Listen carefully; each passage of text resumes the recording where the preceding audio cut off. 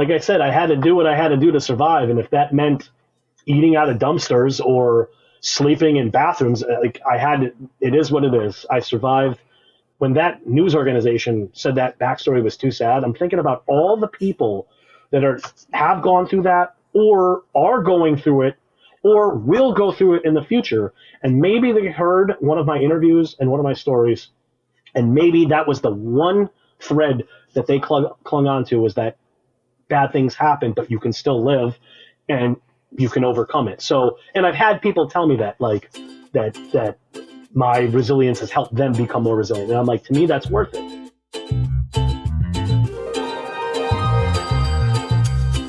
Greetings from Confetti Land, home of the Confetti Bar. I'm Jessica, founder and confetti artist. And I'm Alexis, head of happiness. Join us here in this magical, colorful place where we have fun, feel feelings, and encourage you to embrace your unique version of happiness and all of its beautiful, messy pieces. We are so excited to have you join us.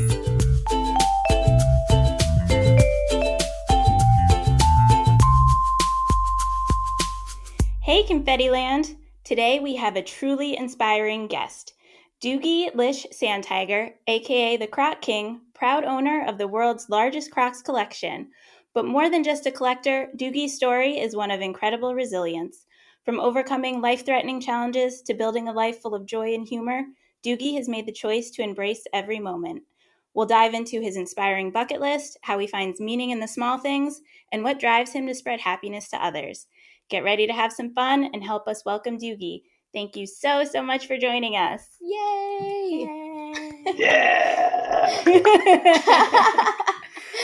I have to say, this is the first time we have had a Croc in Confetti Land. But I think it fits. Yes. I'm happy to be the first Croc in Confetti Land. Love it. It just feels like a natural thing that Crocs and confetti go together. I haven't thought about it before, but I'm here for it now. I'm thinking, I don't know, after this, maybe you guys got to make Confetti Land gibbets. Maybe. Actually, yes. I think it needs to happen. It needs to be a thing. I do. Okay, I do have a surprise. I was going to save it for a little later, but we're going to dive right in. I did a little craft project this morning. Okay, up until yesterday, I admit I have never owned a pair of Crocs in my life. But not only did I go out and buy a pair, wow, but I did confetti them. I know everyone at home can't see right now. Yes! I did make a custom pair of confetti Crocs just for the occasion. Those are amazing, Jessica. I approve this message. Well, that's all, as long as I got your approval. Listen, it's been a while since I've owned a pair of Crocs, but I did go, they're not as custom as Jessica's, but I'll show mine off as well. I'm here for the tie-dye sparkle sides. Tie-dye sparkles, okay. Well, since we're all showing off our Crocs, I'm just wearing some pink Croc slides today, so. I was going to ask. Classic, honestly. Pink, yeah, pink is a classic in Confetti Land. I'm about it. Amazing. Well, to kind of kick off with some warm-up questions, I would love to hear, Doogie, what does confetti mean to you? Wow, okay, let's do this. Confetti means, to me, it means party, it means fun, it means colors and joy and excitement. I don't know, when you think of confetti, you think of commemorating something, whether it's a birthday party or somebody's getting married or just some joyous occasion. So just joy. If one word, joy. I like that. Couldn't agree more. Yep. Okay, not to put you on the spot here, but what would you say currently makes up the confetti mix of your life? This can be colors, it can be things, it could be scents, it could be feelings. Woo! Anything you want to throw at us in your personal confetti mix. So let's see. Obviously joy, we just established that. But I'm also going to go with, I have 4 Chihuahuas. So those are big chunks of my confetti experience because they are the other than Crocs, obviously, they are the greatest bringer of joy into my. Oh, look! Conveniently, my heart gibbet is right here. I like that. So obviously, Crocs. Let's be real. The Crocs has to be on the list. And then another important thing is my bucket list. That is like my biggest pile of confetti right there. If we're associating confetti with just joy bringers in our life, my bucket list is probably up there at the tippity top.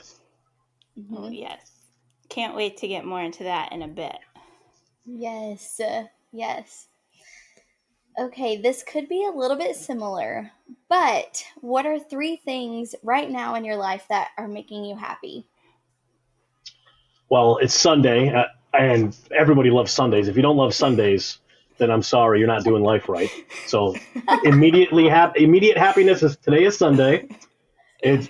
I was, again, so I'll bring up the Chihuahuas. I was laying in bed with Chihuahuas all day. It was great, cozy, awesomeness, lazy Sunday. And then let's see, the third is I just ate a bunch of delicious Chinese food. That made me happy. Amazing. What a perfect Sunday so far. Have you heard Ben Rector's song Sunday? I haven't. I have not. I don't even know. Who is that? Should I know this person? I mean, I only know because of Alexis. Yeah, Jessica only knows him because of me. But Ben Rector, give his song Sunday a listen after this. I don't think that you'll be disappointed. I think it'll vibe with you. Awesome. That'll be my homework to-do list after this. I was going to say maybe something to add to the list here. Uh-huh. Okay, so obviously you are the Croc King, as we've established. And we personally love how Crocs are like your own personal brand of wearable confetti. So can you tell us like the origin of Croc King? Where did it come from? How did it start? All the things. It actually started with people making fun of me, and they started like using the Croc King title like to troll me, like, oh, this guy's the Croc King, he has so many Crocs. And then me being the colorful, joyous person I am, I took that and wore it as a badge of honor. And then I kind of like reverse trolled the trolls by accepting the title. And then like I made it like more of a caricature than anything, which that's the best way to take a negative situation and turn it around. But so how it all started, really got my first pair of Crocs in the year 2007. So I was 16 years old. So I'm dating myself here. I'm an old man now. I just to give you guys the grand scope of everything, didn't know how to tie my shoes. Grew up in foster care. It was this whole situation. There's a lot of things that people don't realize about kids in the foster care system is when you're bounced around from home to home or city to city, a lot of your regular activities of daily living get lost in between. Like someone will be like, how do you not know how to work a washer and dryer? Well, you're not born with that innate knowledge. You don't just wake up one day and be like, yep, that's how you do it. Usually somebody teaches you or shows you. And same with tying the shoes.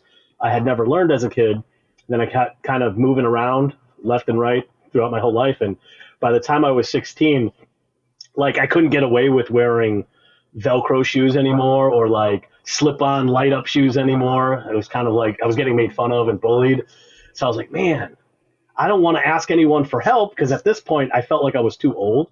It's kind of like you ever meet somebody, whether it's at work or maybe you go to a gym and you see the same person over and over and over again and you say hi to them all the time. And then like months later, you realize you never asked them for their name. And then it's kind of awkward because now I'm like, I don't want to ask them their name. I've been saying hi to them for like 8 months now, 9 months now. And so it's kind of like that with, we've all been in that situation before. But Unfortunately. I didn't want to ask anyone how to tie. And so I was just like, what should I wear now? Like, I got to figure something out. So I was walking around literally that week, I was walking around my neighborhood. There was this old lady that was gardening. And it's all thanks to her. She was wearing I'll never forget it, a pair of lavender Crocs. She could have been wearing Nike slides and I could have been the Nike King. Who knows? She could have been wearing anything. Well, I guess because they didn't have laces, that's kind of what made it. But I was like, whoa, those are so cool. And like, again, I like color. Like, that's who I am. So they were lavender. They stuck out to me. I had no idea really like what Crocs were at that point. And Crocs were very under the radar for like a long time. Like back then, you either were an old person or you were like somebody who likes to go on boats or you were a nurse. Those were the only three people wearing Crocs. And I was none of those three. You know what I mean? So I went, I got my first pair. It was a plain black pair. And then the more like I wore them, the more I realized how amazing they are. Like you can literally wear them with anything, anywhere, anytime. And then like as I got into like the customizing stuff, I'm like, I have a quirky personality, clearly. And I like that you could just like dress them up and kind of turn them into art based on how you're feeling that day. Like this is my personality today, so I'm going to put these gibbets on it. Or this is how I'm feeling today. So then one pair, I was like, well, now I need a red pair because red is a cool color. And now I need a blue pair. And so I didn't wake up one day and was like, okay, I need 10 million pairs. You know, it just kind of slowly I started getting a few here and a few there. And then the bucket list was born. So really the bucket list comes first. The Crocs came second to that because on my bucket list, so this is all intertwined together. So as this child in foster care, this is before the term bucket list was invented. And I think I actually looked this up. I think it wasn't invented until 2007 when the movie The Bucket List came out. But prior to that, I just had a journal and I just started writing like goals down. Like, I mean, I was, again, a kid. I was like, okay, I want to graduate high school. And this is like way before, like you wouldn't think that people, when they write these bucket lists or goal lists, they're like, I want to go skydiving. I want to go to Paris and see the Eiffel Tower. Little me was like, I just want to graduate high school, man. I just, I want to go to college. Like I had real attainable goals to help keep me motivated. And then as I started writing more, then I started writing the cooler stuff like jump out of a plane and go all over the world and do this and do that. And it started flourishing and building. And so like I'd wake up in like these ridiculous group homes and DCF safe homes and shelters and what motivation did I really have to wake up and go to school? And it's like, why do I care about learning about geometry or the nucleus of a cell and DNA when I literally don't know when my next meal is going to be, or like when I'm going to get a new pair of clothes or when I'm going to shower, so I was always in survival mode. So I didn't care about much. So I just kept writing this bucket list down and it gave me like a sense of purpose, a sense of hope. It helped me manufacture for myself a meaningful life worth living. Cause at that point, again, I was so young and my future was just so bleak and I had nothing. So one of the things I wrote on the bucket list kind of as a joke was at that point I had like 7 pairs of Crocs. That's it. I was like, I want 366 pairs. One day for every single day of the year, including a leap year, because can't be February 29th and I don't have anything to wear, so got to respect February 29th every 4 years. So I honestly never, like, some of these bucket list things, they're like pipe dreams, I never really think they're going to materialize. Like, you put, like, these crazy ideas down, you're like, well, you never know, never say never. But as I kept collecting, I finally reached 366 pairs. And then that was, I think, around maybe 2019. So over the last, like, 5 or 6 years, the collection has really exploded. But once I hit that goal of the 366 pairs, I was like, what do I just stop collecting? Do I quit? No, because then COVID happened. And then we all know when COVID happened, what else is there to do but sit home and shop online? And Crocs took advantage of that. Crocs exploded during COVID because guess what? Who's working right now? Doctors, nurses, people in healthcare facilities. And what is the easiest thing to wear and to clean off is Crocs because of the foam rubbery cross-light material that they use. You just slip them on, slip them off, spray them down. And so from there, I was like, oh, all these new collaborations, these new things. and I just kept collecting. And then as I kept collecting and like some of my, like, I would just innocently post photos of just like my Croc collection. And then some of them would like randomly go viral. I don't know why. It's literally like I put no time or effort or energy into like the thing with me is like I'm not gonna like I'm gonna post it as I see it. I don't add filters. I don't add crazy lighting and camera work, and I just take the Croc, take a picture, boom, that's it. So simple, so simple. And from there, that's when people started like making fun of me, calling me like the Croc VIP, the Croc Man, Croc King, Croc Hunter, this and that. I was like, I'm gonna take that on, and I like that. Mm-hmm. And here we are now, 3,545 pairs. I bought one more today so far. Today's still young. Wow. The day is young. You never know. I know I just fed you guys a lot of information there. No, I love it. We need to set up with the backstory. The backstory is important. Mm-hmm. No, but I mean, I think first of all, you say like you don't put like a ton of like energy into like photos and stuff, but I think like you are your energy, and I think the fact that you even like keep that list and you are like so unapologetically yourself, like that is the energy you put in, and people naturally are drawn to that. And I think it's something a lot of us do struggle with is how do you really feel confident in being yourself and not be tempted to put the filter and, filter everything, not just the physical look of things, but, even what you kind of present out there. And I admire that. And I think, that's initially what I was kind of drawn to as well, is Thank you. am always in awe and somewhat jealous of people who are just like so themselves that you can't help but notice it and be like, wow, that's inspiring. Very inspiring. Thank you. Honestly, seriously, those are great compliments. And I think what I want people to take out of like my no filter attitude is like, you know how stressful it, like everyone knows how stressful it is to try to keep up with like these personas. And it's like, it's not who you are. And this is what I always tell people. I am the same person, same personality, whether I'm at home or whether I'm with friends, whether I'm with coworkers, doesn't matter. I'm not going to change, because then if you keep adapting your personality to these different groups, you end up losing your identity and who you are. It's like, who are you today? Oh, well, I'm this person because I'm with this person. If you have to change who you are to please or accommodate other people, you're not living for yourself. You're living for an image, this characterized version of yourself. And then eventually, how do you keep up with who you really are? You can't, and you don't. And it's the same, like, I adopt that same attitude towards social media too. It's like the good, the bad, and the ugly. If you share only the good, you're creating this fake version of yourself. It's not authentic. It's not real. And then when bad things actually do happen, you're not going to know how to respond to it, or you're not going to know how to adapt.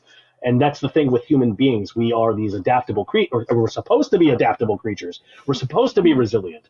But if you create this fictionalized version of yourself, how do you know how to be resilient if you don't even know who you are? So this is me, authentic. I'm silly. I like to laugh. Laughter is, you know what? That's another one of my confetti things.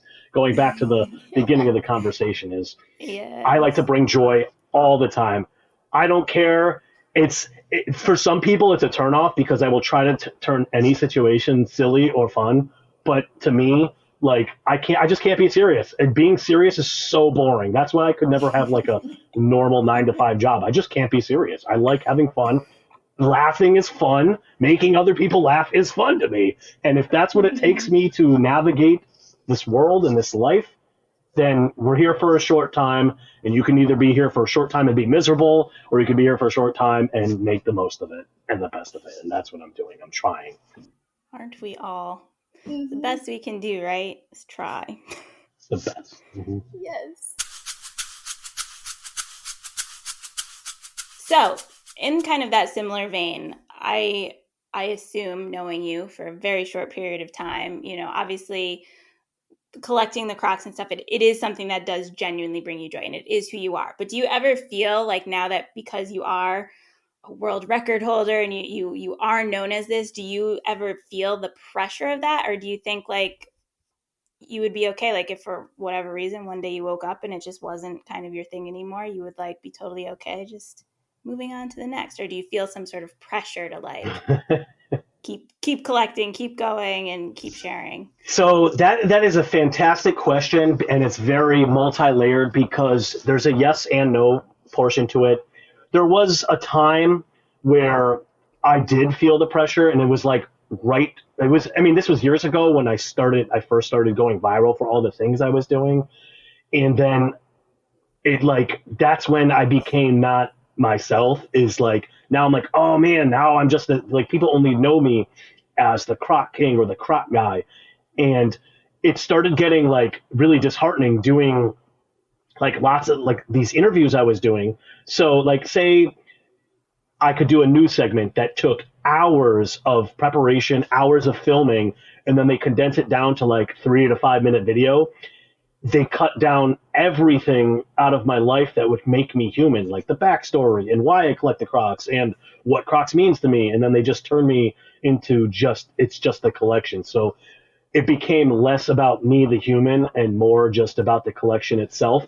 So that brought me down. I remember there was like a 3-month stretch like last year where I just didn't buy any Crocs because I was just like, I'm over being the Croc man. Like I still want to keep collecting, but I don't want to be the Croc man. But then there was a lot of times where I would get reminded of has now transcended myself. It's bigger than just me. I would get messages from like strangers from around the world all the time, like, hey, your collection brings me joy and it brings me hope and we love your personality. And like, it was all this like reassurance that I'm not just doing it.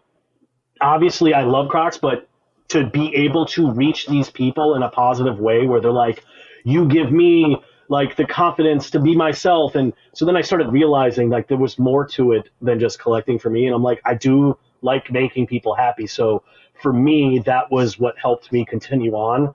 And then I'm like, okay, I'm going to wear this Croc King persona as like a badge of honor. And as long as I never have to change who I am, then it'll never be not fun. And I remember a major news organization that wanted to do a story on me. This was in the summer of 23, but they wanted to change my life story and change everything. And I was like, yeah, no, I'm not doing any of that at all. And like it was weird. They were like, oh, your backstory is a little too sad. I'm like, that's what the whole point of it is. Like, it's about resilience and overcoming and perseverance. And you're taking away this, what like gives me heart. You know what I mean? And from that moment on, I was like, I will never, ever compromise like who I am. I don't care who it is. I don't care what they ask me. And this media company, they were like so appalled that I turned them down. And I don't think they've ever just been turned down before by like a regular Joe Schmo like me. So they were just like so mad about it. And I was like, you know what? That more motivation. And I'm glad I didn't do the interview with them. And then from there, like I would do more interviews and I was like, and I would preface them in the beginning with, I'm going to be me. I'm going to dress how I want. I'm going to say what I want. I'm going to do what I want. Like, if you don't want me, that's fine. You came to me and you asked me to do your piece. But if I'm going to do it, we're not changing my story. I'm going to be me. And that's that. And since then, like 99.9% of places have been on board with it. There's been like 2 that were like, nah, we do it my way or no way. I was like, then no way. I don't care.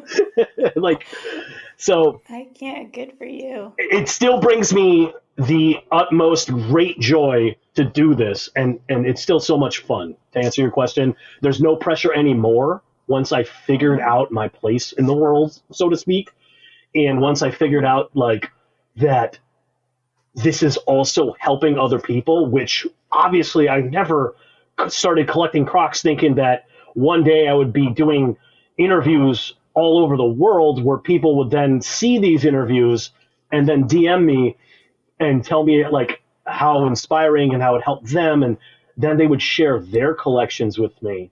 And I'm like, this random person from New Zealand is sharing like this spark of joy like that they had just by seeing this silly collection that started out kind of as a joke if you really think about it, because I was mad at the trolls, so I just kept getting more and kept getting more.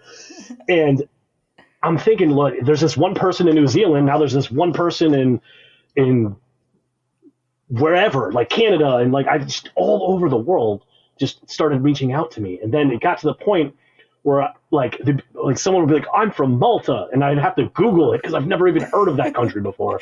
And I'm like, okay, I'm reaching all these cool places, and I'm just gonna keep as long as I'm having fun with it. Like I don't see any reason to stop as long as it's still bringing joy.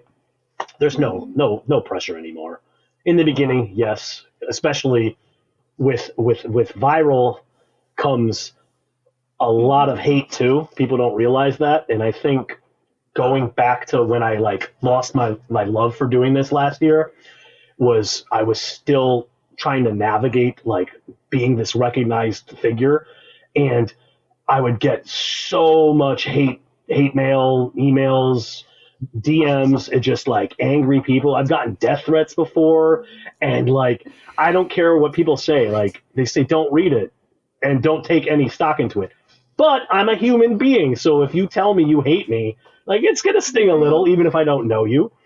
And me being so I'm a one-man team, right? I don't have like an assistant or a social media manager, so I have to go through all my messages one by one by one by one. Because a lot of times, like for example, me being here was born out of a DM on Instagram, and if I don't read through all these messages, I would like never find these fun opportunities to do these things and meet cool people like you, Jessica, and you, Alexis. Like this is great that social media led us into this little confetti party. Yeah. It's the good and the bad. And that's what, and we talk about that a lot here in Confetti Land. Like obviously with confetti too, it's really easy for people to think it's like very surface level and it's just about like pretending everything's great and let's throw confetti and stuff like that. But we always are very careful to talk about like, it's a symbol of confetti, and like life is hard. Like there's no denying that. And we never want to shy away from it. And we never want to pretend like there aren't the bad parts of life that happen. It's just the choice to choose confetti and joy and hope and all of those things, despite all of the bad that does happen. So I appreciate you sharing that. And I think too, I'd love to hear a little bit about, so I know you kind of gave us your history with, foster care and being bullied. I think I had even kind of saw that you went through some health issues. How do you kind of navigate kind of the before and after, and when you kind of go through hard things and still, choose to be this happy person who loves to laugh, but as you just said, like, you want to still own your story and not, pretend it didn't happen. But do you ever kind of struggle with, being such a happy, upbeat person, but when you are kind of feeling those darker moments or, something bad happens, feeling like a pressure to not live in those feelings because, there is this kind of suck it up and like, let's be happy. So I'm going to, you know what? I love you guys so much already. Like I love you because these are like new questions that I've never gotten before. So I'll share with you something I've never shared before, which will give perspective on all this. So when I was 16, so back in 2000, a lot happened for me in 2007. So Jessica, you being in Connecticut, we have the Department of Children and Families, and then Alexis, you're in Tennessee, I think you guys said. Every state has its own version of that. Some are like Department of Protective Services or whatever they call it. Every state has its own child welfare system, etc. So back when I was in the system, you could be 16 years old and emancipate yourself from the state as long as you brought up a good case and a good reason. So I did that. So I emancipated myself at 16. I didn't really have a plan. I just didn't want to be controlled anymore. Like my whole childhood was robbed from me. Like think about that. So I was taken away when I was 5 years old, right? And for good reason. I'm not angry at the fact that happened. So 5 to 16, that's your whole life, right? So from birth to 5, I was living in such violent, deplorable conditions that the state deemed my family unworthy of being fit. So think about that. So from birth to 5, I was in such horrible living conditions that I was taken away and put into the state for the rest of my childhood, essentially, 5 to 16 now. So from in that 11-year span, I'm bouncing around, and like I could go on and on about the horrors that happened, but like that's not what this is about. It's about how I overcame that. And you just have to think surface level when you're in a system like that, even if you know nothing about it. It couldn't have been good. So from 5 to 16, I just went through more horror. And that's why I decided at 16, I would rather, with no plan, brave life, face the elements of life on my own as a teenager, than let these adults that have ruined my life continue to ruin my life further and continue. Like I was tired of being controlled and dictated. Like when you're in the system, you are told when you can shower, when you can eat. It's prison. It's prison for like abused, traumatized children. And I didn't want that anymore. And now the story that I've never shared is, so after 16, I didn't have anywhere to live. Like I literally left the courthouse and I was like, wow, I didn't think this through that well because I have nowhere to go. So I lived in park benches, playscapes. On the colder nights, like I had to break into apartment buildings and like sneak into the storage units in the basements, and I would sleep in these creaky, wet, damp, mold and mildew and rat-infested basements. And I broke into people's like barns and sheds and garages on cold nights when I didn't want to. Like it was either that or die. It was to me, it was survival. So at 16, I was doing this, and meanwhile, I'm still going to high school, still trying to survive that, only because those 6-7 hours a day, at least I had a meal, at least I had a bathroom. We had a gym with showers, so I could shower. And you know what? I was like, okay, this is 6 hours subtracted out of a 24-hour day where I know I will be alive. So now I have I don't know, I'm bad at math. How many hours are left in the day? 18 or 17, 18, whatever. So I had to focus now on those other 17, 18 hours on how to live. And I did what any sensible person would do. I got a job, but as a 16-year-old, you're very limited on where you can work and how many hours you can work and what you can do. So I worked in fast food, making $6 an hour. So it wasn't really much to survive. But so I didn't have a lot of money. So now this will all connect to your question, I promise. So I have no doubt. There'd be crazy cold winter nights where I had no food, no money. I had pennies in my pocket. So I had to go through dumpsters to find food. And I knew that restaurants at the end of the night, they would throw out I love Dunkin' Donuts. I don't know if they have those in Tennessee. We got Dunkin'. But I love Dunkin' Donuts for the fact that at the end of the night, they would bag up all their bagels, all their donuts, all their croissants, all their pastries, everything, and just throw them in the dumpster. So I knew I could always dumpster dive at a Dunkin' Donuts and there would always be food. Same thing with Subways. They would throw out their bags of bread and cookies and the stuff that they didn't sell that they couldn't resell because it passed its time frame or whatever. But I would do this, and this is how I survived. I ate out of dumpsters. And so to answer your question, how do I get out of the darkness? I will never eat out of a dumpster again. My life now is beautiful. It's blessed. I have a home. I have 4 dogs. I have a good job. I have a good life now. So yes, I am a human being. Do I still think about those moments? And does it affect me? Sure, but not in the same way it did living through it. One of the worst nights of my life, senior picture day of high school, right? So you're supposed to be at your best. It's senior picture day. You're going to remember this forever. This is your last time taking photos with the group of people that you just spent the last 4 years with in high school, plus if you went to middle school, elementary school together. So the night before senior picture day, I remember I worked a shift at the sandwich shop that I worked at, And I was so brutally tired that I didn't even have the energy to like find an apartment building and break into the basement. And it was so cold that day. It was flurrying. So I was like, I was at one of the parks that I would sleep at. And I'm like, it is like, this is my first time encountering snow and freezing temperatures, like being outside. And I'm like, what do I do? I'm going to die if I don't figure something out. And there was like some sort of garage thing where they would have supplies in, but it was locked. And I was so mad. I was like, damn, it's locked. What do I do? There was a porta potty off in the corner of the park. And I said, well, it's probably a few degrees warmer in there and it's not snowing in there. So this is what I got to do to survive. So I don't even call it sleep. I ended up sleeping in there, but it was really, I was in fetal position trying to retain any bit of warmth that I could, because at that point I was turning blue because that's how cold it was. So I huddled together with my backpack and myself and just rocked back and forth until it was morning.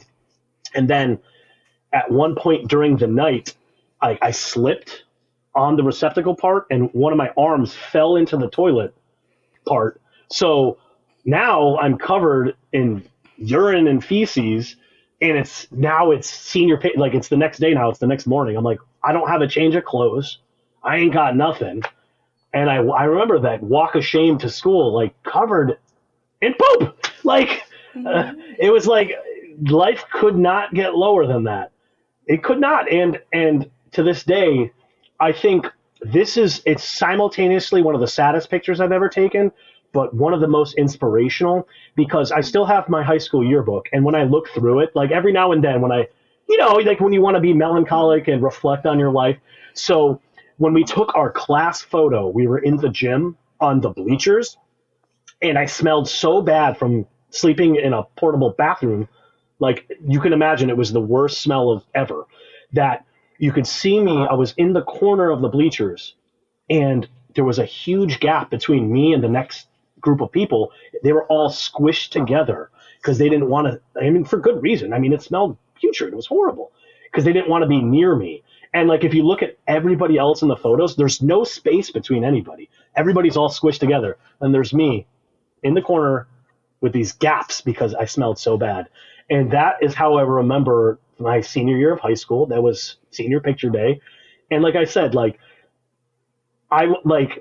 now thinking back on that, like I survived that. Like there's nothing that will ever change that. And in fact, where would my life be now if I didn't go through that? Like I would not be the person I am. It has given me so much gratitude, like to be able to survive that. And I figured if I can survive that at 16 years old, 17 years old, I can survive anything. So fast forward to present day, it's just like, I'm going to go through some hard times. I'm going to go through and navigate pains and life trials and tribulations. But now to me, everything's a learning lesson. Like I don't get mad when things don't go my way anymore.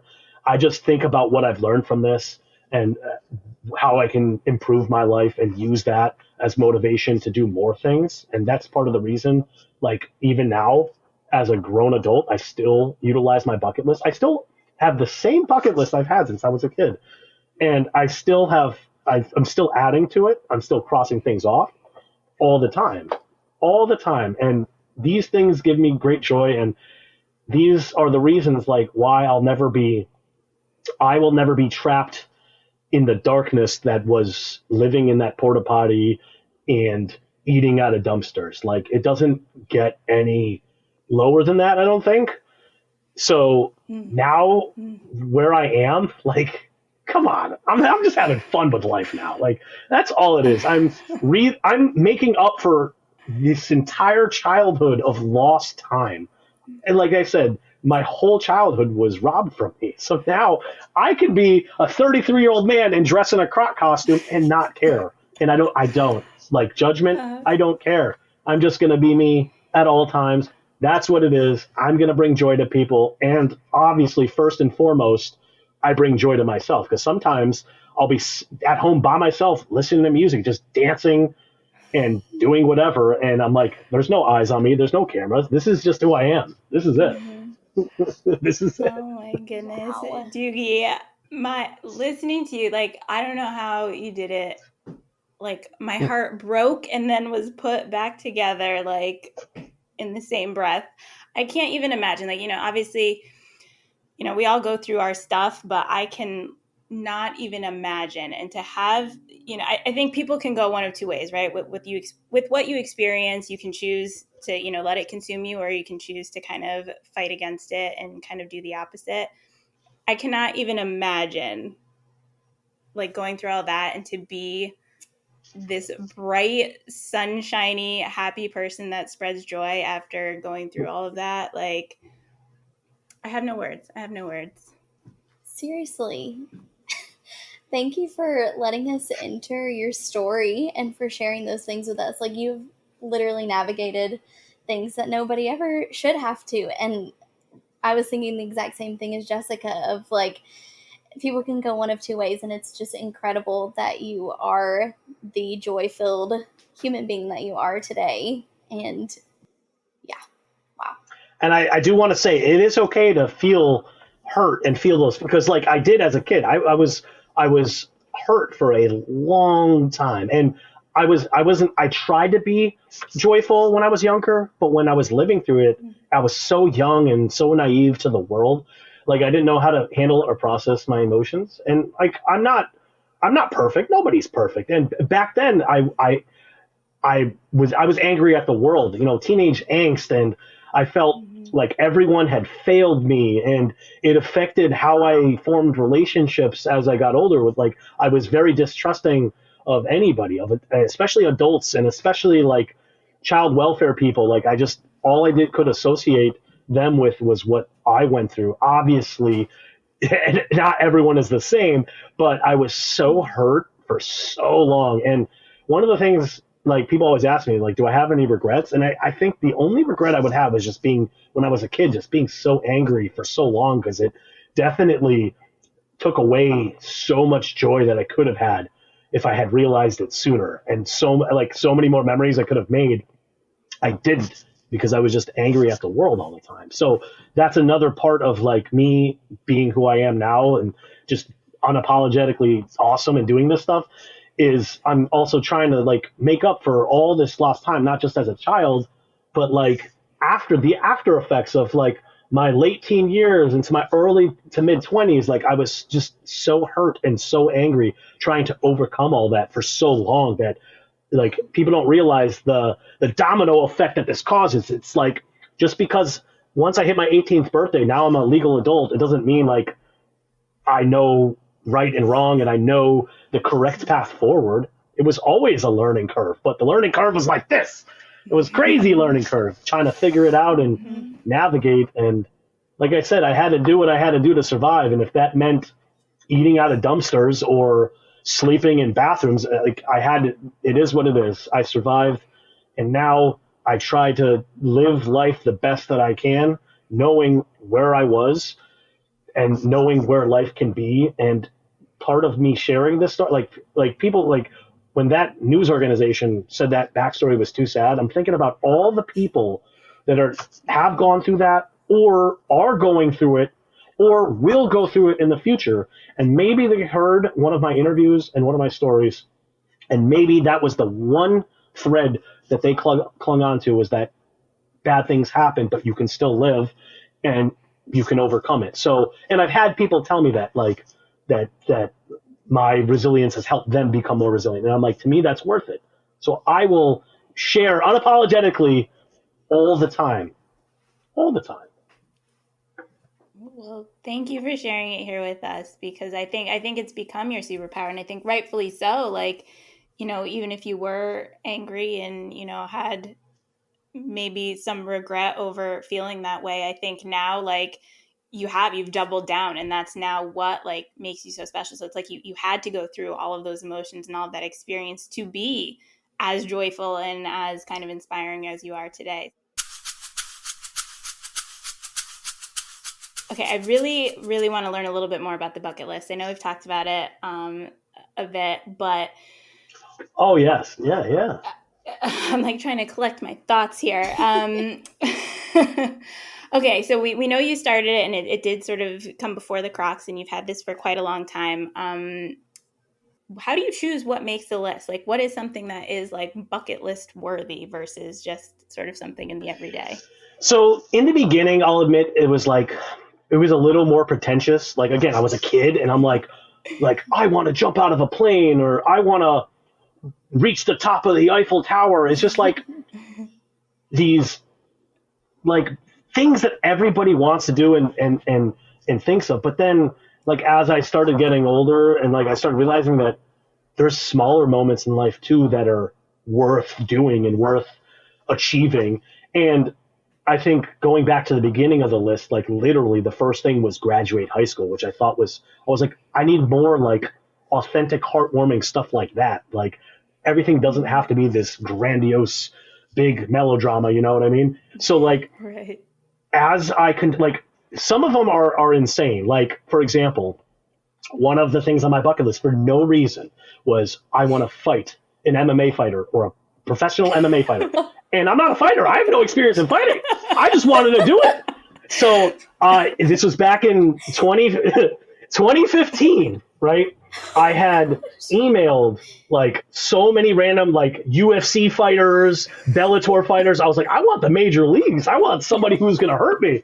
So I ended up through a friend, mutual friend, meeting this guy who fought for Bellator, which a lot of people don't know Bellator. It's kind of like how there's like WWE in wrestling, and then there's like AEW. There's like different companies.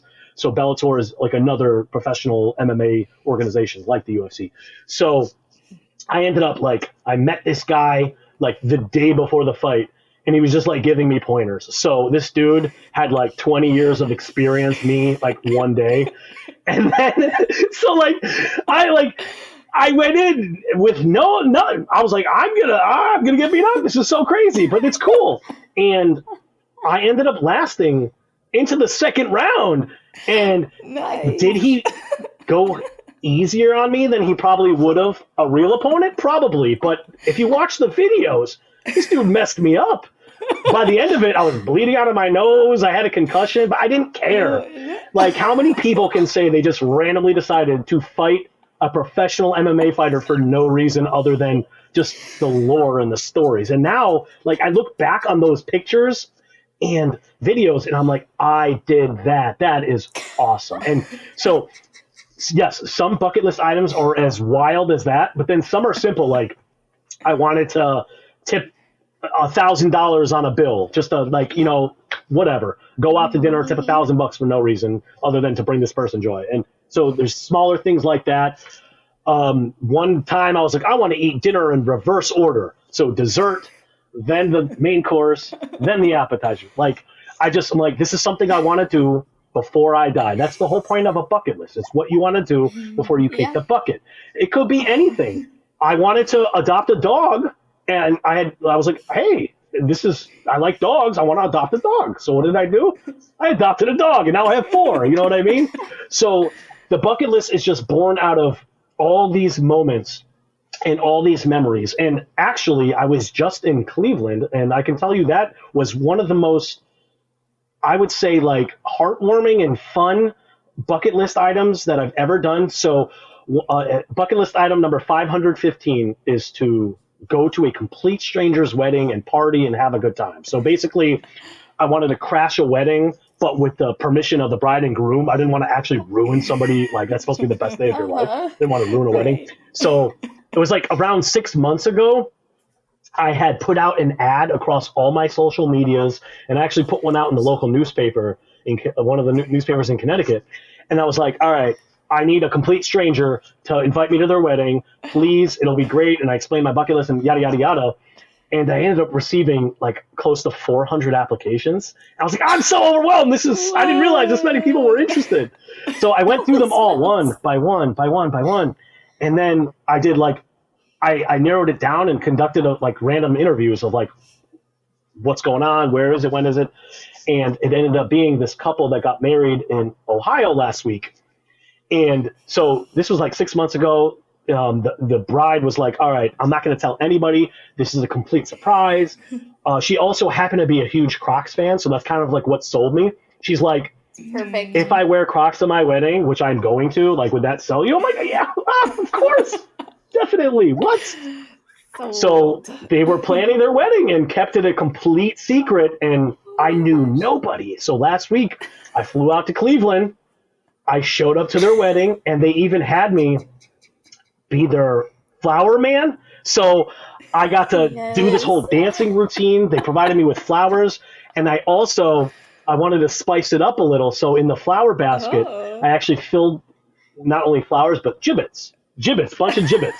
So I'm throwing out flowers and gibbets to the guests, and then they one-upped me. They bought me a beer belt where I wore a beer belt where I was throwing beers out to people too. So I'm throwing out beers, I'm throwing out flowers, throwing out gibbets. I don't know anybody there. I'm a complete stranger in a city I've never been to. I've never been to Ohio. I don't even know where Ohio is on a map. I had to look it up. I'm not good with geography or stateology, if that's even a real word. But let me tell you, man, wow. It's like the reception like that I got, everyone thought it was so funny because they're like, of course, this Cameron was her name. Of course, Cameron would have the world record Crocs holder at her wedding. Like they're like, that's something so Cameron. And I thought that was so funny that it became like a verb, like her name. Like she did the Cameron thing. And like, again, so these are like these random things I just decide I want to do. And like, there's no rhyme or reason to most of them. Like, I just want to do these things. Like I wanted to hike a mountain in Colorado because I like hiking, and Colorado is known for their scenery. So that was a random thing I actually crossed off in September last month. I went to Colorado and said, hey, I'm going to climb a mountain with one of my friends out there. And we did it. And it was awesome. And I just keep doing these fun, like it's all about, again, bringing joy. And originally it started out as a survival thing, like graduate, tie shoes, do this, get a job, like little, I don't want to call them little because I don't want to minimize the amount of time and energy. Like, you know how hard it is to graduate high school when you're a homeless teenager? That was not easy. Out of all the qualified kids in my class, I was bottom GPA wise, last. I don't know how I did it. I don't know how I graduated, but I did. I did it. You did it. And to me, these moments are so important. Like, life is about living. So, like, as I continue living, I continue thinking of new experiences. Like, I just recently added officiate a wedding. I want to do that. I don't know why. Why not? Just because. So I got to get my ordained minister license or something, which is so easy to get. I just looked it up. You just pay $20 and pass a test online, and that's it. I'm like, okay, I want to do that. I want to officiate someone's wedding. Why not? Doing it. Like, these ideas just pop in my head. Listen, you got great response on crashing somebody's wedding. I'm sure you're going to get even more applications to officiate it. The funniest part about that too was so they put me in their wedding program. So they had it like a newspaper style, which was really cool. And then one whole page of their wedding program was dedicated to me. And this is how I knew this was meant to be. The picture they chose of me. So I have this iconic photo that went viral 5 or 6 years ago. I was completely naked, but in a bathtub covered in Crocs, like bathing in Crocs. That's the photo they used in their wedding program. Okay, I was like, it's meant to be. They're silly. They're embracing how wild this is. I love it. I think we're kindred spirits. I have a similar photo in a bathtub of confetti, so. There we go. Okay, I have to know, how many items are currently on the bucket list? It sounds like you continuously add to it, but as of right now, how many items are on the list? I think it's over 500. It's less than 6. I think 550 something, 560 something.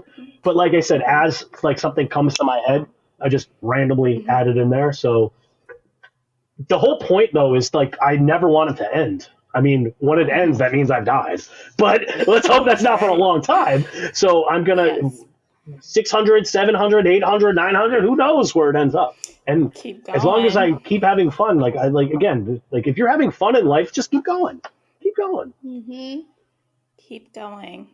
That's the theme, isn't it? Just keep going. Wow. Like, what was her name? Dory? Was it Dory from Yes. Finding Nemo? Just keep swimming, swim. Just keep Am I thinking of the swimming. wrong thing? Was that her? Okay, No, yeah. you got it. Same thing. You Just got keep it. going, going, going. That's what we do. You got it. Yes. All right. Well, thank you so much for sharing all this with us. I knew you would be an amazing person to talk to, but I do appreciate being so open and kind of sharing some stuff maybe you haven't shared before. So, our super silly segment, if you will indulge us, is just for fun. We ask you a few kind of more rapid fire, very random questions, and the idea is to just give us your initial thoughts. Don't think about it too much. I think you'll be a pro at this. Are you ready? Ready. Okay. First question. Is a taco a sandwich? Yes. Absolutely. Okay. Hey, wait, am I supposed to explain my thoughts or just answer straight up? Your choice. We usually get a lot of explanation, but it's your choice. If you just want to stick with it, we'll take it. We're gonna stick with it. I'm gonna just like a hot dog is a sandwich too. I don't care what anyone says. It's a sandwich. Okay. All right. Fair enough. Fair enough. Okay. Would you rather fight one giant rubber duck or 100 tiny inflatable alligators? Oh, I'm gonna go with the alligators because Crocs win every time, and I'm the Croc man. Okay, we should have seen that one coming. Yeah, we should have. Okay. If the moon were made of cheese, which cheese would it be? Whew! I mean, I'm gonna go with. So cheese is one of my favorite foods of all time. It's so random. It depends on what I'm eating it, what I'm pairing it with, because I do love me some Swiss, but then again, I love provolone depending on what it's with. You ever have brie cheese before? Brie cheese is phenomenal. Mm-hmm. And then Munster, classic Munster, I just eat by the block. Mm-hmm. So how about I take all those cheeses and melt it together? This would be like a 5 or 6 cheese blend for the moon. I can get behind it. Amazing. Okay, would you trust a pizza delivery robot to pick out toppings for you? Yeah, why not? They're probably smarter than me. They got like AI, right? Maybe they'll pair together something amazing. Hopefully that robot listened to all the cheeses that you just listed. Yeah, they're learning. They now know your favorite cheeses, so they'll be able to pick out something good. Okay. If you could high five any inanimate object, what would it be? High five any inanimate object. A massive human-sized croc. Like me. Classic. Like you right now. They need to make like one five. like a one massive like 6 foot tall croc. I would high five it a million times over. Yes. Could just see it sitting beside your door, and as you leave every day, just a high five. That would be the dream. Somebody listening, make this happen. Put it on the bucket list. Is a pineapple more proud to be a fruit, or is it more proud to be a symbol of hospitality? I'm going to go with fruit. It's definitely, there's a lot more hospitable items and things I could think of before a pineapple. They're sweet. They're delicious. I'm getting tropical vibes from pineapples. They're a fruit. Fruit all day, baby. Okay, couple more. Do fish have best friends? Of course, but they never remember who they are because their memory span is literally like a split second. So they have a new best friend like every second. Like, oh, they're my best friend. Oh, no, I forgot. No.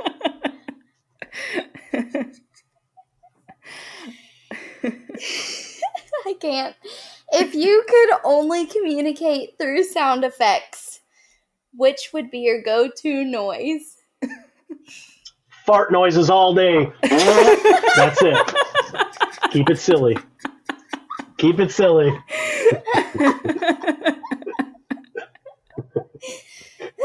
I'm immature, I know, but I love it. It makes me who I am. My daughter would appreciate that. I was about to say, I feel like, wouldn't Emmy Joy just be obsessed? Oh, yeah. My stepdad has like the fart machine, the farting mugs and stuff, and our daughter is 4 and she just eats that up. I love that for her. Okay, last question that I chose especially for you. If nachos could have emotions, would they be more excited about the cheese or the toppings, and why? So this one we need an explanation for. Mm-hmm. Woo! Wow. This is I don't know if you chose this because you know that I love nachos, but that's like my favorite appetizer ever. Yes. God, see, I love cheese so. This is impossible to answer because I love cheese so much, but to me, it's not the cheese that makes the nachos because you can't really screw up cheese. It's not like you just sprinkle it on there, right? But I'm gonna have to go with the toppings then because what really makes these nachos great when I'm doing this nacho tour across Connecticut where I'm trying nachos everywhere, and every place just puts a little different spin on it with the toppings. And I always gravitate towards the places that are like more exotic with their toppings. Like I'm a sucker for barbecue pulled pork on nachos. I don't know why, they're just fantastic. Like the sweetness mixed with the savory and saltiness and the crunch of the chips and all of it amalgamated together is heaven. Heaven to me is a massive plate of nachos. Jessica, I'm so glad that was in there because I forgot that we needed to talk about nachos as well. Oh, I remembered. Have you had nachos in Wallingford yet? No, I have not. I'm pretty sure. So I have this this is what I do is like when I get an idea, I go crazy hardcore about it. So when I decided that I loved nachos, I was like, I had this whole ridiculous spreadsheet of I wanted to do the top 100 nacho spots in Connecticut. So I literally went through Google reviews and Yelp reviews, and I had 500 places that I narrowed it down to and I couldn't choose 100. There was this 101 it ended up being because I just couldn't eliminate one. So it's 101, and I'm pretty sure I obviously haven't memorized every single one, but there's got to be something Wallingford in there. If you guys have good nachos, then you would have made it to the list. But I haven't been anywhere yet. I feel like there's got to be a place, but I think if you ever do come to Wallingford, hopefully we can get nachos together. Yes. Because I too am all about the toppings and the different things. So I think that'll have to be our next adventure. I need that to happen. So I'll go through those. I'll go through my list and I'll see you. Okay. It's a date. I love that. I will say that if pulled pork is your favorite topping, you should probably make your way to Texas as well. I'm a Texas girl living in Tennessee, and barbecue, something that Texas does well. Not saying that Connecticut doesn't, but I'd make it 102 and pick a place in Texas too. Guess what? So one of the things on my bucket list is to try authentic barbecue in Texas. That's actually on there. Woo! So I haven't crossed it off. I've never been to Texas, but it's on there. Glad to hear it. Alexis will give you that tour.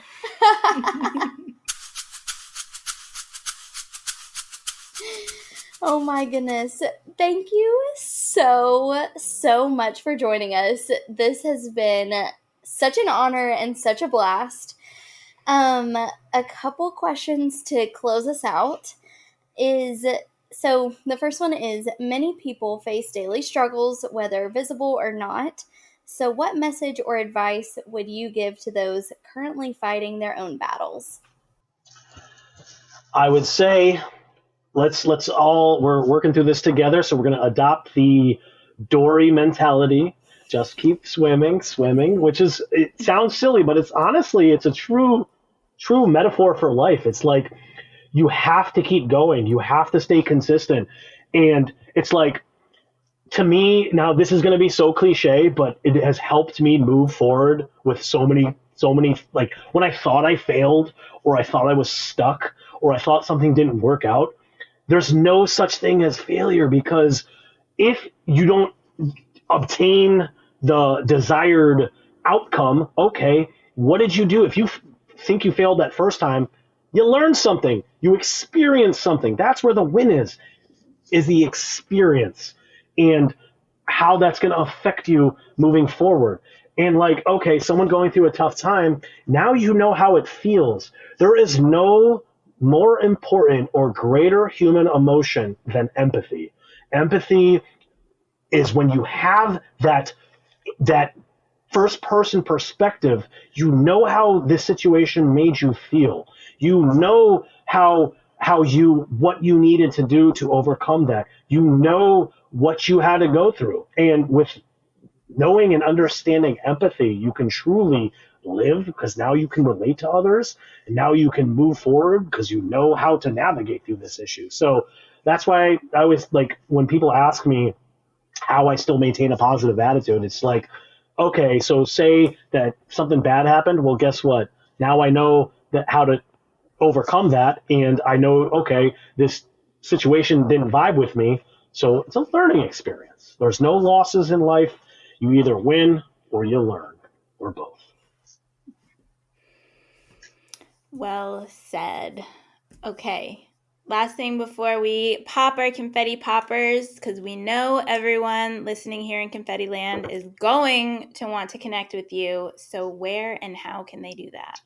Honestly, I'm so bad at like technology and social media, but my Instagram is where I pay attention to the most. It's because think about Instagram, it's so simple. You take a photo and you hit upload. Boom, easy peasy. That's why like people are like, are you on TikTok? I'm like, kinda, not really. I can't figure it out. It's too complicated. And once, like I always say to people, like if you're doing something that requires way too much frustration and thought and energy, then you're not doing it for the right reasons. And like I would get frustrated trying to make a TikTok video. So I'm like, I don't even care. So Instagram at Doogie Lish, DOOGIELISH. And people are like, well, why isn't your name the Croc King? I'm like, well, it goes back to I'm a human being first. So I will always represent myself first and foremost. I am Doogie, that is me. And then everything else I do in life comes second to that. So it's me first, everything else after. At Doogie Lish. Love it. Perfect explanation. I agree with you. That's why I have Alexis to do all my social media, because I can't do it myself. Okay. Are we ready to pop some confetti poppers? Oh, I'm ready. First confetti pop of the season. All right. So how do I just, like, how do I do it? Okay. All right. So you take the lid off, and Take then the it's top like off? a volleyball. Yep. Just take the top off first. And then it's like a volleyball situation. So you just like serve it. I'll count us down, and then it's like Boom, push up boom. from the top. Yep. Okay. All right. We ready? 1, 2, 3, go! Wow! Yeah! Ah! You guys are clearly pros at it. Like yours had the pop, mine kind of just like lackadaisically. You guys are great. See, it's a learning lesson. I learned how to do it correctly now. You learned. Yeah, I didn't Now fail. we'll I just learned practice. something. Exactly. You never fail with confetti. All right. Thank you so much again for joining us. It was truly, truly an honor, and I certainly hope this will not be your last visit to Confetti Land. So thank you. Thank you. Appreciate you guys having me. This was awesome.